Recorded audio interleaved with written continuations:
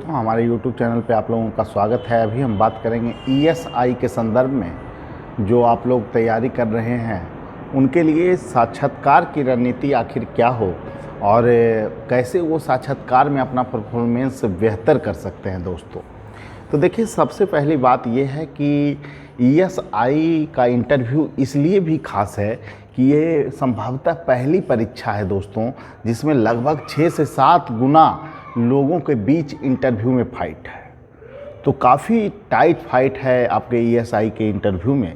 और 30 नंबर का भले ही इंटरव्यू हो, लेकिन इसकी महत्ता इतनी है कि आपके चयन में यह काफ़ी लाभकारी है और इसके बिना चयन लगभग असंभव है। क्योंकि किन्हीं लड़कों को 8 नंबर मिल सकता है, किन्हीं को इसमें जो है कि आपको 24 अंक भी मिल सकता है। कम से कम आपको सिलेक्शन के लिए यहाँ 18, 20, 22 स्कोर चाहिए, तभी आप बेहतर स्थिति में रह सकते हैं। तो इसीलिए मैं सभी छात्रों से यही कहूँगा कि कभी भी साक्षात्कार को आप लोग नेगलेक्ट नहीं कीजिए। और दूसरी नंबर बात यह है कि साक्षात्कार एक दिन का आपका जो है सुधार नहीं हो सकता है एक दिन में दोस्तों। इसमें आपको एक कर्मिक प्रक्रिया है जिसमें आपको 1.5 से 2 महीने टाइम देने होंगे। आप इंटरव्यू की जो तैयारी कर रहे हैं उसके लिए बेसिक लेवल से आप सुधार करने का कोशिश कीजिए। इंटरव्यू में आपको बहुत सारी चीज़ें देखी जाती है। सबसे पहले तो आपका व्यक्तित्व है, और व्यक्तित्व में कैसे किन चीज़ों को तैयार करना है आपको पिछले वीडियो में आप मेरे देख सकते हैं कि ESI के संदर्भ में मैंने जो पिछले वीडियो डाला है उसमें पूरे व्यापक ढंग से आपको बताया किस स्ट्रेटजी पे आपको काम करना है। आप पहले के वीडियो में जाकर देख सकते हैं, और 30 मिनट का वो वीडियो है जिसमें सारी जानकारियाँ आपको दे दी गई है।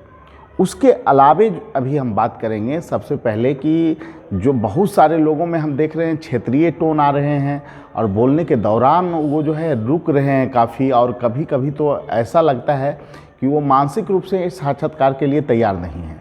तो ऐसी जो दिक्कतें हैं, ये प्रारंभिक दौर में आप अगर पता चल जाता है तो इसमें आप सुधार कर सकते हैं। हमारे पास बहुत सारे ऐसे छात्र हैं जिनमें ये सभी कमियां हैं और उन सुधार की दिशा में काम कर रहे हैं। और पहले चरण में हम लोग जो है कि कोशिश करते हैं कि वो अपना ओपिनियन कम से कम हम लोगों के पास दे, हर एक क्वेश्चन का जवाब तो देने में सक्षम हो, उसके बाद ही तो सुधार किया जा सकता है। पहले जवाब देने का प्रयास तो वो करें। कभी कभी हो रहा है कि प्रेशर में वो चुप हो जा रहे हैं, आई कांटेक्ट बेहतर नहीं रह पा रहा है, कैसे एंट्री करना है, कैसे बोर्ड को अभिनंदन करना है, कैसे बैठना है, ये सभी एक जो है कि प्रोसेस है, और इसको अच्छे ढंग से आपको तैयार करना होगा, तभी आप बेहतर अंक पा सकते हैं। जहाँ तक बात है ESI के संदर्भ में जानकारी की, तो ESI के संदर्भ में अगर जानकारी की बात है तो ESI के लिए बहुत ज़्यादा आपको करना नहीं है। बहुत सारे मैटर जो है कि हम लोग पेड ग्रुप में डाले हैं और कॉमन चीज़ें हैं, ऐसा नहीं कि बहुत ज़्यादा है। अगर इसमें देखिएगा तो इसमें तो RTO के बाद जो है कि आपको DTO है, DTO के बाद जो है ADTO है, ADTO के नीचे 2 पद आपको है, एक MVI का हो गया और फिर ESI है। और ADTO के लेवल पर 2 जगह से आपको एक तो प्रमोटेड होगा, एक जो है डायरेक्टली बहाल होगा, वो BPSC के द्वारा 50% बहाली है, और 50% का चयन आपको इसके माध्यम से करना है, MVI के प्रमोशन से। और ESI के MVI का प्रमोशन जो है 30% और 20% आपको ESI के प्रमोशन से। तो यही है इसमें। और काम के लेवल पर जो चीज़ें हैं वो पहले वीडियो में भी आपको बता दिया गया है कि बेसिक रूप से आपको 3 ही काम है इसका। अगर देखें तो पहला, लीगल इनलीगल प्रोसेस को देखना कि कोई ड्रग्स लेके तो नहीं आ रहा है, कोई आपको जो है कि शराबबंदी है तो शराब को लेकर तो नहीं आ रहा है। और उसके बाद फिर आपको लाइसेंस इशू को चेक करना, ओवरलोडिंग को चेक करना, यही चीज़ें हैं। अब इसके अलावे जो निर्णय संबंधी प्रश्न हैं, आपको डिसीजन संबंधी प्रश्न है, वो सिचुएशन कैसे क्रिएट कर रहे हैं, कैसे आप वहाँ पर मौलिक आप जवाब दे रहे हैं, इस पे बहुत सारी चीज़ निर्भर करती है। एक शराब भरी हुई ट्रक आपके पास आती है और आपको कहा जाता है इसे पास करा दीजिए, नहीं कराइएगा तो आपकी जॉब जो है कि छीन ली जाएगी, ऐसी धमकियाँ दी जाती है, आप क्या करेंगे। और अन्य तरह के बहुत सारे आपको निर्णय संबंधी सवाल पूछे जा सकते हैं। और ऐसे में जो है आपको कुछ कानून के बारे में भी आपको जानकारी होनी चाहिए। जैसे शराबबंदी कानून कब से लागू है, कब से दोबारा लागू हुआ हाई कोर्ट में निरस्त होने के बाद। तो जो जानकारियां हैं, अभी समकालीन समय में बहुत सारे मुद्दे विवाद के हैं।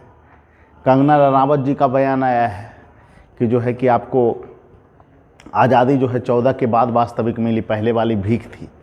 तो इस तरह के बयान पर आपका क्या ओपिनियन है? अगर आयोग पूछ देता है तो आप ये नहीं बोल सकते हैं इन चीज़ों पर ध्यान नहीं देना चाहिए। कुछ लोग ऐसे भी जवाब मतलब आए थे हमारे पास मिलने के लिए कि उनको ऐसा बताया गया है कि इन चीज़ों पर ध्यान नहीं देना चाहिए। बिल्कुल नहीं दोस्तों, इन चीज़ों से आप लोगों को देखिए, मौक ऐसा चीज़ है जहाँ पर आपको पहले भी हम बोले हैं कि संवैधानिक दृष्टिकोण में रहकर उत्तर दीजिए। अपना ओपिनियन वहाँ बहुत कुछ मायने नहीं रखता है। आप किस ढंग से उस चीज़ों को, जैसे कि कंगना रनावत जी के बयान हैं, तो उनके संदर्भ में आप ये बोर्ड को नहीं बोल सकते हैं कि इन बातों में ध्यान नहीं देना चाहिए। ये नीतीश जी बोल दिए, वो अलग मैटर है। आपको यहाँ पर बोलना होगा, ये उनका निजी विचार है। और अगर आपसे पूछा जाए कि आप इस मायने में क्या सोचते हैं, तो आप निश्चित बोलिए सर ये सर्वविदित है कि आज़ादी 1947 में मिली है, और उसके बाद जो है सुधारात्मक प्रक्रिया चलते चलते अभी आगे भी चल रहा है, और निश्चित रूप से भारत जो है कि 47 में ही आज़ाद हुआ। इसमें तो कोई शक का मामला ही नहीं है। अब ये कहना कि वो भी अच्छी हैं, ये हैं, वो हैं, क्या मतलब है इन चीज़ों का? तो ऐसे चीज़ों से दूर रहें और मौक में देखिए संवैधानिक मापदंडों पर उत्तर देने का प्रयास करें। जैसे अलीगढ़ का नाम हरिगढ़ कर दिया जा रहा है, तो इसको आप सांस्कृतिक तौर पे उत्तर देने का प्रयास कीजिए कि सांस्कृतिक रूप से जिन शहरों का नामकरण पहले जो था उसी को जो है कि रखने का प्रयास किया जा रहा है। जैसे आप देख लें, इलाहाबाद का जो नाम है उसका जो है कि पहले नाम प्रयागराज था, और प्रयागराज से उसकी सांस्कृतिक पहचान जुड़ी हुई है। तो प्रयागराज नाम रखने में उसमें दिक्कत क्या है? तो इसी दृष्टिकोण से आप उत्तर दीजिए कि सर उसका सांस्कृतिक पहचान जो है कि प्रयागराज के नाम से था, इसीलिए उसका नाम बदला गया। ठीक है, तो इन सभी चीज़ों को अप्रोच आधारित उत्तर देना है। महिला के संदर्भ में आरक्षण, खास करके महिलाओं से, लड़कियों से जो क्वेश्चन उभरेंगे वो महिला से संबंधित क्वेश्चन ज़्यादा उभरेंगे कि 35% आरक्षण सही है या नहीं। देखिए 35% जो आरक्षण दिया गया है उसके पीछे सबसे बड़ा कारण है कि पर्याप्त मात्रा में लड़कियों का प्रतिनिधित्व जॉब में नहीं है, इसी कारण आरक्षण दिया गया है 35%। तो इसी से आप जस्टिफाई कीजिए, चुप वहाँ नहीं रहना है। बहुत सारी लड़कियों में देखा जाता है कि वो चुप हो जाती है। बिल्कुल आपको प्रतिनिधित्व दिया गया इस कारण क्योंकि आपका पर्याप्त प्रतिनिधित्व नहीं था। क्यों आप इसे उचित ठहराइएगा? अगर कहा जाए कि टैलेंट का, इससे तो कहीं ना कहीं टैलेंट को डैमेज करने का प्रयास किया जा रहा है। तो आप बताइएगा कि महिलाएं जो है हज़ारों साल से सामाजिक आर्थिक वंचना का शिकार रही है सर, और अगर ऐसे में कोई प्रयास किया जाता है उनकी सहभागिता को बढ़ाने का, तो वो प्रयास सकारात्मक रूप में लिया जाना चाहिए। और इसी संदर्भ में नीतीश जी के द्वारा, वर्तमान सरकार के द्वारा आरक्षण दिया गया है। वर्तमान सरकार यूज करेंगे, ना कि नीतीश सरकार। तो इन्हीं सब मौलिक चीज़ों में जो परिवर्तन है वो एक दिन में नहीं आएगा। और इसीलिए मैं कहता हूं कि जिन लोगों को ESI में, जो लोग नए हैं, वन लाइनर हैं, जिनकी तैयारी बेहतर नहीं है पहले के अपेक्षा, तो उन लोगों को निश्चित रूप से मॉक की तैयारी करनी चाहिए। और मॉक में वैसे संस्थान से जुड़ना चाहिए जो मॉक पहले लेते आए हैं और बेहतर ढंग से मॉक के आयोजन करने में सफल रहे हैं, अच्छे अंक पाए हैं लड़के जिन संस्थानों से जुड़कर, उन्हीं लोगों संस्थानों को आपको प्राथमिकता देना चाहिए। ठीक है, सभी लोगों को धन्यवाद। फिर मिलेंगे अगले वीडियो में। और मैं यही कहूँगा कि जो लोग अभी मॉक इंटरव्यू मॉक से नहीं जुड़े हैं वो जल्द से जल्द जुड़ें, क्योंकि टाइम कम है और कम दिनों में आप लोग इंटरव्यू में बहुत मौलिक परिवर्तन सुधार नहीं कर सकते हैं। इसीलिए जो अभी समय है इसका उपयोग कीजिए, और निश्चित रूप से किसी भी संस्था में आप ज्वाइन कर सकते हैं जो आपको बेहतर लगता है, लेकिन आप में थोड़ी मौलिक समझ साक्षात्कार को लेकर होनी चाहिए, तभी आप वहाँ अच्छा प्रदर्शन कर पाएंगे। और अगर हमारी संस्थान से आप जुड़ना चाहते हैं तो हमारी संस्थान 7004291557 पर आप कॉल कर सकते हैं, 7004291557 पे।